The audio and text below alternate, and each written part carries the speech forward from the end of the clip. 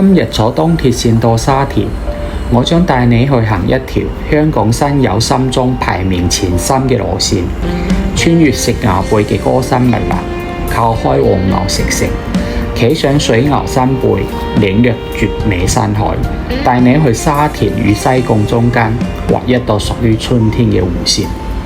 沙田站 A 3出口落地下巴士總站2號月台，坐上83K 巴士，穿梭過沙田春色，越過城門河，嚟到黃泥頭巴士總站。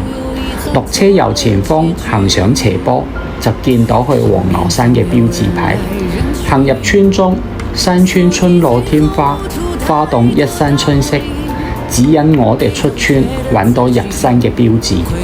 行上去，春光逐伴，春花送行，一個轉彎就轉入咗令人興奮嘅山林之中啦。山友們亦個個藏不住面上嘅喜悅。我哋第一站去食鴨背，呢段要爬升372米，但山勢平緩，山中樹木高大茂盛，擋住陽光，帶嚟陰涼。踩住佈滿青苔嘅石階上行，腳下嘅山泥亦帶住濕潤嘅草木香，滲人心脾。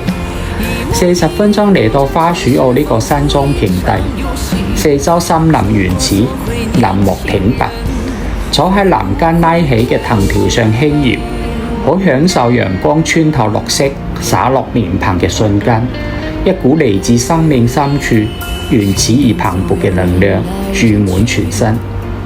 群友們喺度影咗第一張合照之後，繼續上行，穿出密林就嚟到食鴨背。踏上巨石回望，沙田市區縮晒成個模型，隱落於翠綠山間，好似會呼吸咁。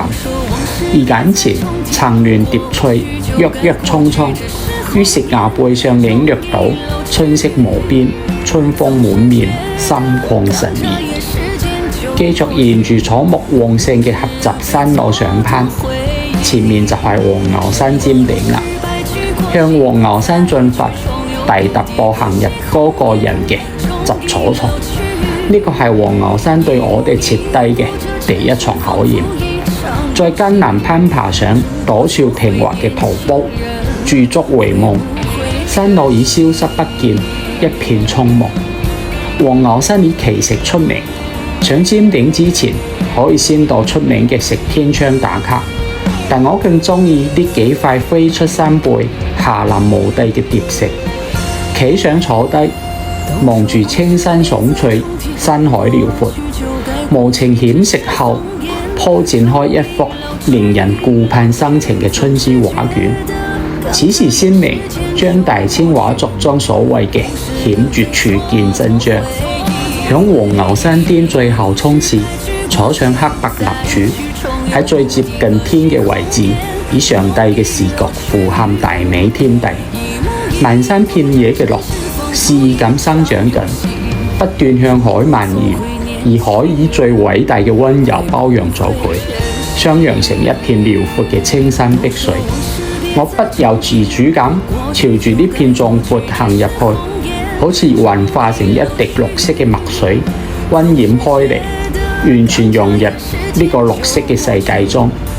山友們繼續行落黃牛與水牛之間嘅山坳，我以奔跑嘅姿態進攻水牛山尖頂。登頂後，右手邊繼續向西降海嘅方向行過去，企喺巨石陣嘅邊緣，諗起王維嗰句行到水窮處，楚漢雲起時。此時人世再多嘅得失悲喜，都全部消融於呢片海天之中，化作一片閒雲，自由隨興咁飄逸。群友們喺今日行程最高潮處留低咗第2張合照，等山海見證我哋壯闊嘅友情。開始落山啦，山野再次向我哋張開咗綠色嘅懷抱。40分鐘落到打斜遊坳，向住木牌指示三塊田嘅方向繼續前進。